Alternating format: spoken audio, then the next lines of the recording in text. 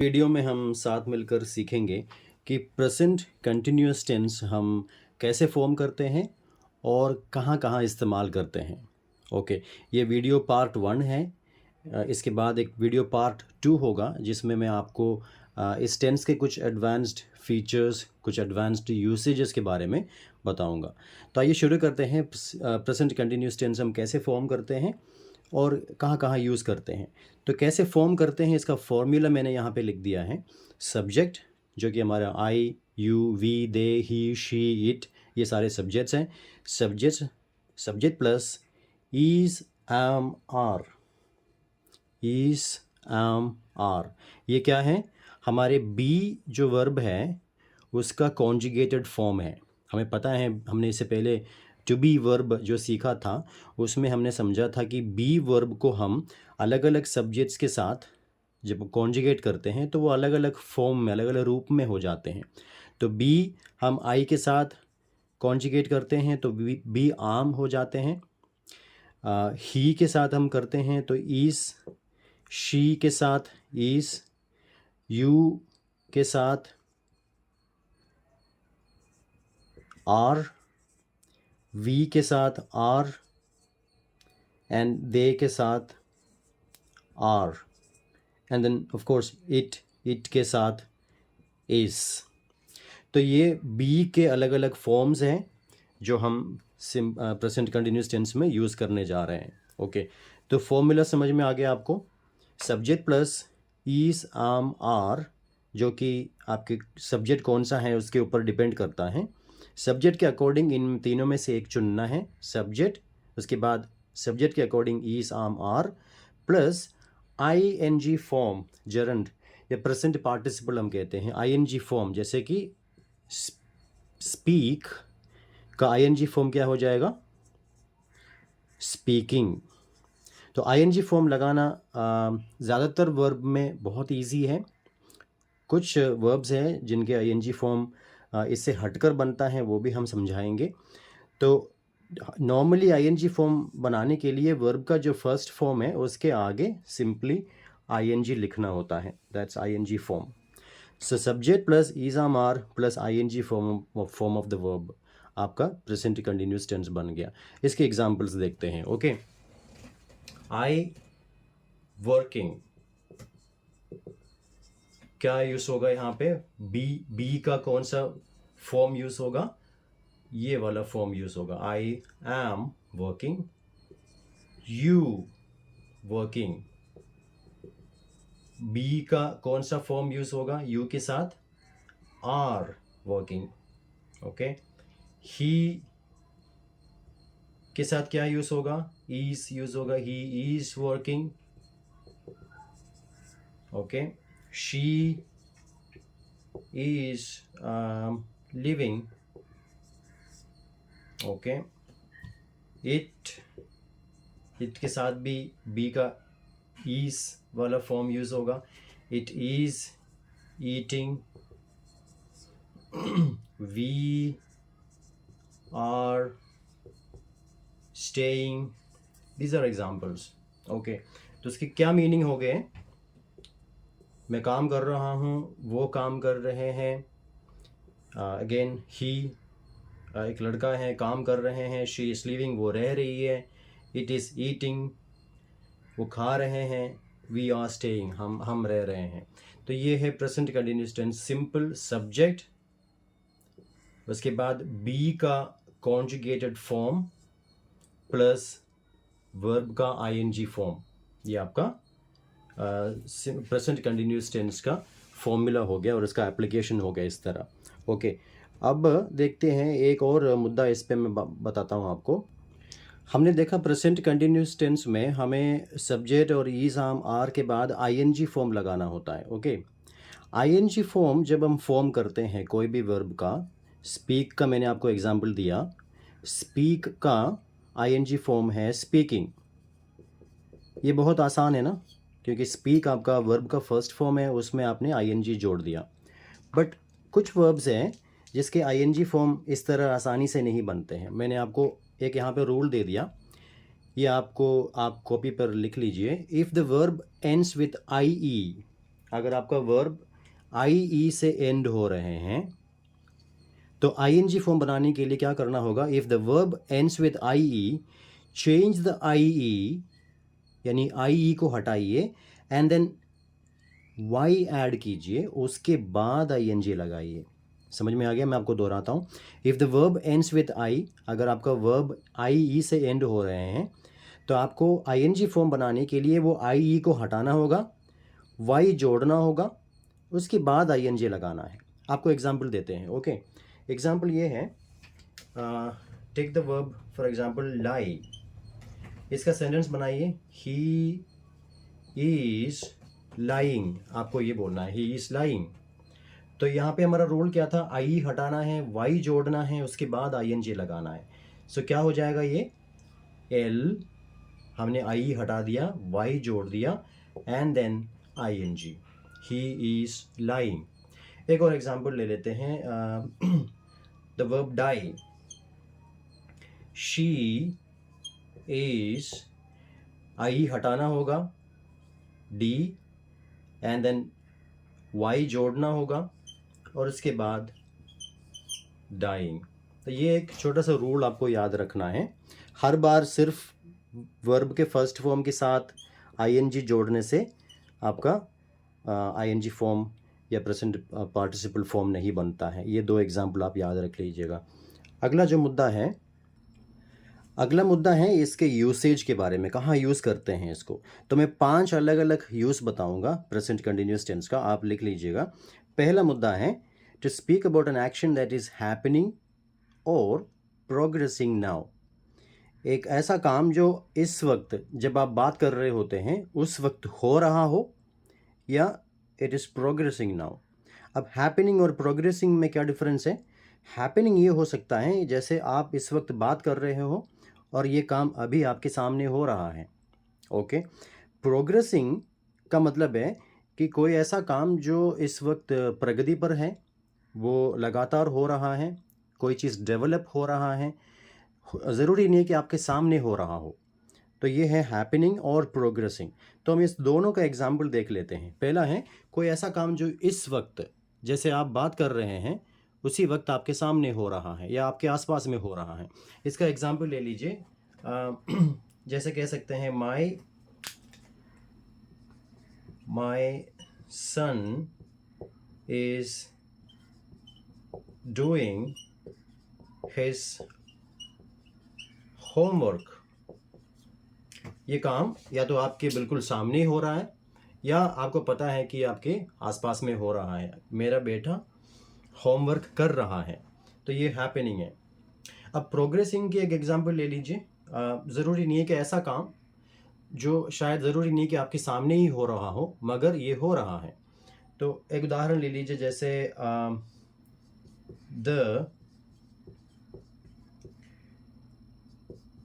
the population is increasing, the population is increasing, आबादी बढ़ रहे हैं। तो ये ज़रूरी नहीं कि आपके सामने हो रहा हो, बट जनरली हमें पता है कि ये बढ़ रहे हैं। तो ऐसी चीज़ों के बारे में बोलने के लिए हम प्रेजेंट कंटिन्यूस टेंस यूज़ कर सकते हैं। तो पहला यूज़ आपको समझ में आ गया, कोई एक काम जो इस वक्त आप जब बात कर रहे होते हैं उसी वक्त हो रहा है या आपके आसपास में हो रहा हो, या कोई ऐसा काम जो धीरे धीरे डेवलप हो रहा हो, ये प्रगति पर है, ये होते आए हैं, हो रहे हैं। ऐसे कामों के बारे में बोलने के लिए हम प्रेजेंट कंटिन्यूस टेंस इस्तेमाल करते हैं। ये पहला यूसेज है, आपको समझ में आया होगा। आइए दूसरा कहाँ हम इस चीज़ को यूज़ करते हैं वो देखते हैं। दूसरा मुद्दा ये है कहाँ इसको हम और यूज़ कर सकते हैं। दूसरा जो यूसेज है यहाँ पे मैंने लिख दिया, it is used to speak about a future event. देखिए निकट भविष्य में या इवन अगले महीने या भविष्य में होने वाले एक बात के बारे में बात करने के लिए भी हम प्रेजेंट कंटिन्यूस टेंस यूज़ कर सकते हैं। ओके, इसका एग्जांपल देखते हैं।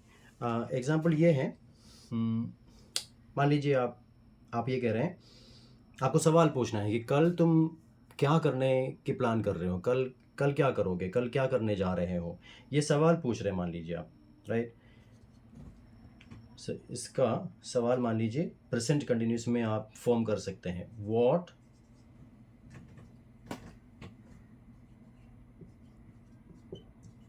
are you planning to do tomorrow? सी यहाँ पे अपने सब्जेक्ट लिया है और बी का कॉन्जुगेटेड फॉर्म यूज़ किया है, वर्ब का आईएनजी यूज़ किया है, प्रेजेंट कंटिन्यूस में है। एक सवाल है what are you planning to do tomorrow, ये कल के बारे में पूछ रहे हैं, आप प्रेजेंट कंटिन्यूस में पूछ सकते हैं। ओके, एक चीज़ और ले लीजिए, आई heard that he is moving to Paris next month. I heard that he is moving to Paris next month. मैंने सुना कि वो अगले मंथ पेरिस मूव कर रहे हैं। देखिए ईस यूज़ किया है हमने, ही के साथ आईएनजी फॉर्म यूज़ किया है, प्रेजेंट कंटिन्यूस में है, अगले महीने होने वाली ये बात है, अगले महीने में होगा ये। आज आप प्रेजेंट कंटिन्यूस टेंस में ये बोल सकते हैं। जैसे they are going to US next week, वो अगले हफ्ते यूएस जा रहे हैं। देखिए it is used to speak about a future event, भविष्य में होगा, उसके बारे में बात करने के लिए आप प्रेजेंट कंटिन्यूस टेंस इस्तेमाल कर सकते हैं। तो ये आपका दूसरा यूज़ हो गया। तीसरा एक और यूज़ के बारे में समझ लेते हैं। तीसरा जो यूसेज है वो आप लिख लीजिए। तीसरा, it can be used to describe something that happens around now. अब यहाँ पे जो अराउंड नाउ इसका कीवर्ड है, इसलिए मैंने इसको अलग रंग में लिख लिया है। अराउंड नाउ का मतलब है ये प्रेजेंट कंटिन्यूस टेंस एक ऐसा काम के बारे में बात करने के लिए यूज़ कर सकते हैं जो कब हो रहा है, आजकल हो रहा है। ज़रूरी नहीं है कि अभी हो रहा है, और ये आजकल हो रहा है एक ऐसा काम। आप टाइम मेंशन नहीं कर रहे हैं, आपको टाइम मेंशन नहीं करना है, आपको एक ऐसा काम के बारे में बोलना है जो आप आजकल कर रहे हैं। उसके लिए भी प्रेजेंट कंटिन्यूस टेंस यूज़ कर सकते हैं। इसका एग्जांपल लीजिए। इसका एग्जांपल होगा, जैसे आप कह सकते हैं कि I am reading a book on Mahatma Gandhi. Alright, I am reading a book on Mahatma Gandhi. क्या इसका ये मीनिंग हुआ कि अभी बैठकर आप पढ़ रहे हो? नो, इसका ये मीनिंग नहीं हुआ। जब आप किसी को कहते हो कि I am reading a book on Mahatma Gandhi, इसका मतलब है कि अभी कुछ दिन पहले आपने वो शुरू किया है और अभी भी आप लगातार वो किताब पढ़ रहे हो। मैं आज, हिंदी में कहते हैं ना, जैसे मैं आजकल मैं महात्मा गांधी के बारे में पढ़ रहा हूँ। ये कॉन्टेक्स्ट में इस तरह की बातें बोलने के लिए भी हम प्रेजेंट कंटिन्यूस टेंस यूज़ कर सकते हैं। I am reading a book on Mahatma Gandhi, ये अभी नहीं हो रहे हैं बट आजकल हो रहे हैं, मैं आजकल ये काम कर रहा हूँ। एक और एग्जांपल ले लीजिए। आई सिंपली हम कहते हैं कि I M dieting, I am dieting. क्या ये अभी हो रहा है, एकदम जब आप बोल रहे हैं तो इस वक्त हो रहा है? नो, ज़रूरी नहीं है। आप जनरली एक बात कह रहे हैं कि मैं आजकल डाइटिंग कर रहा हूँ। तो ये यूसेज आपको समझ में आ गया होगा। तीसरा, it can be used to describe something that happens around now, आजकल हो रहे हैं जो काम, उसके लिए भी प्रेजेंट कंटिन्यूस टेंस यूज़ कर सकते हैं। आइए चौथा जो यूसेज है वो देखते हैं। चौथा यूसेज देख लीजिए। चौथा ये है, to convey that a situation is temporary. अब ये कीवर्ड है इसलिए मैंने इसको अलग रंग में लिखा है। To convey that a situation is temporary, एक ऐसा हालात के बारे में आपको बात करना है जो टेम्पररी है, स्थायी रूप मतलब हमेशा नहीं रहेगा, ये टेम्पररी है। इसके उदाहरण ले लेते हैं। ओके, उदाहरण चाहे तो ऐसा कह सकते हैं कि I am taking night classes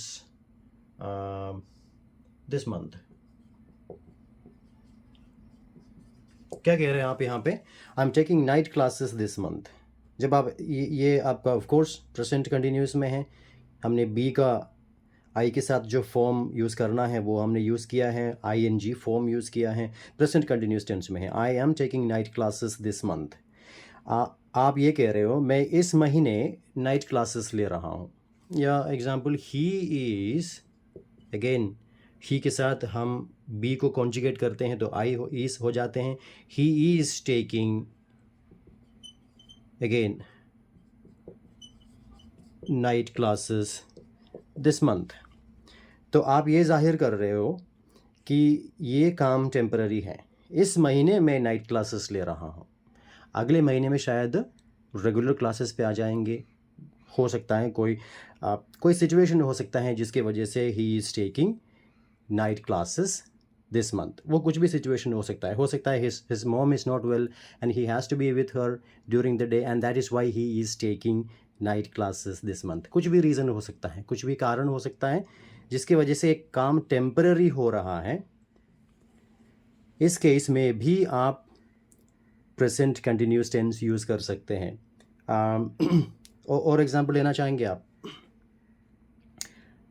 ही लीजिए, ऐसा कह सकते हैं, ही is taking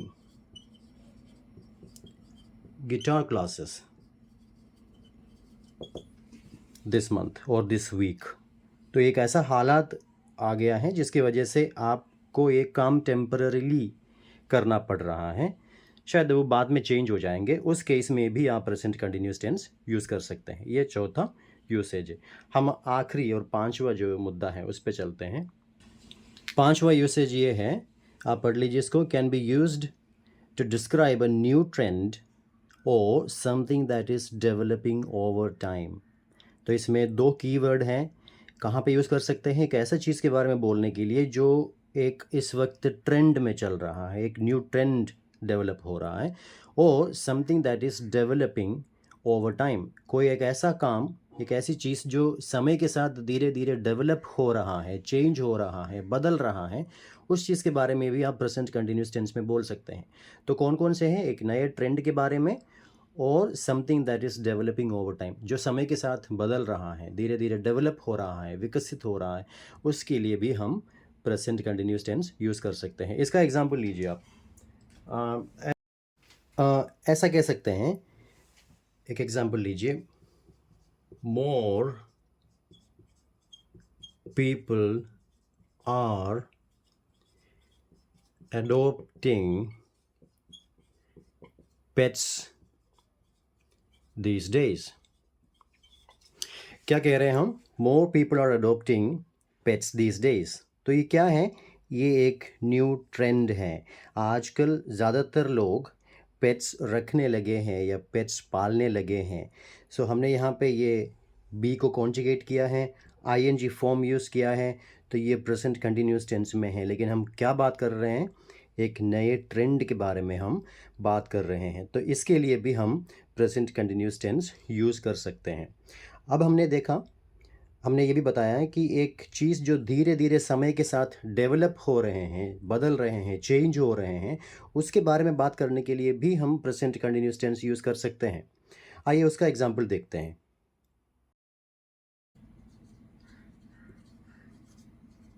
These days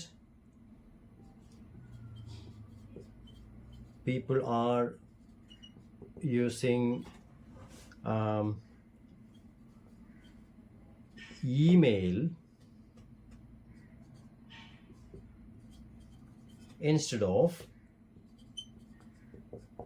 writing letters। देखिए क्या हो रहा, these days people are using email instead of writing letters। आजकल लोग लेटर राइटिंग के जगह या उसके बदले ज़्यादातर ईमेल यूज़ कर रहे हैं। क्या है ये, एक something that is developing over time, धीरे धीरे समय के साथ कोई एक चीज़ बदल रहा है, उसके बारे में भी हम प्रेजेंट कंटिन्यूस टेंस में बोल सकते हैं। पहले लोग लेटर्स लिखते थे, अब people they use email instead of writing letters. तो ये एक और एग्जाम्पल है जो एक काम जो समय के साथ धीरे धीरे विकसित हो रहा है, डेवलप हो रहा है, चेंज हो रहा है, बदल रहा है, उसके लिए भी हम प्रेजेंट कंटिन्यूस टेंस यूज़ कर सकते हैं। ओके, तो हमने 5 यूसेज समझा है, आपको होपफुली ये समझ में आया होगा। इस वीडियो में एक आखिरी मुद्दा है, उसमें मैं ये बताऊंगा कि प्रेजेंट कंटिन्यूस टेंस कहाँ पे यूज़ नहीं करना चाहिए। मेरा मतलब कुछ केसेस में लोग present continuous tense unnecessarily use करते हैं। जहाँ पे प्रेजेंट कंटिन्यूस यूज़ नहीं करना चाहिए वहाँ पे प्रेजेंट कंटिन्यूस टेंस यूज़ करते हैं, गलती करते हैं। वो गलती कहाँ है, कहाँ पे यूज़ नहीं करना चाहिए प्रेजेंट कंटिन्यूस टेंस, वो हम अभी समझ लेते हैं। तो व्हेन नॉट टू यूज़, कहाँ पे प्रेजेंट कंटिन्यूस टेंस यूज़ नहीं करना चाहिए, कहाँ पे हम गलती से यूज़ करते हैं प्रेजेंट कंटिन्यूस टेंस को जबकि हमें यूज़ नहीं करना चाहिए, उसके कुछ उदाहरण देख लेते हैं। जैसे आपको बोलना है कि मैं चाय से ज़्यादा कॉफ़ी पसंद करता हूँ। ओके, ये अक्सर लोग शायद गलती से प्रेजेंट कंटिन्यूस टेंस में बोलने की कोशिश करते हैं जो कि नहीं बोलना चाहिए। मैं आपको उदाहरण देता हूँ। लोग इस तरह बोलते होंगे, आपने सुना होगा, I M preferring coffee over tea. I'm preferring coffee over tea. लोगों को लगता है कि ये प्रेजेंट कंटिन्यूस टेंस में बोलना सही होगा कि मैं कॉफ़ी से ज़्यादा चाय प्रेफर कर रहा हूँ। अब कर रहा हूँ हम हिंदी में बोलते हैं कर रहा हूँ, इसलिए लोगों को लगता है इंग्लिश में ये प्रेजेंट कंटिन्यूस में बोलना चाहिए, लेकिन ये जनरली एक बहुत बढ़िया यूज़ नहीं माना जाता इसको। तो इंस्टेड क्या कह सकते हैं, इसको सिंपल प्रेजेंट में बोल सकते हैं, I prefer coffee over T. ये राइट है, ये सिंपल प्रेजेंट में बोलिए, प्रेजेंट कंटिन्यूस में मत बोलिए। राइट, ये पहला एक एग्जाम्पल है कहाँ पे हम गलती से यूज़ करते हैं, जहाँ हमें यूज़ नहीं करना चाहिए। एक और उदाहरण लीजिए, I am hoping that he is fine.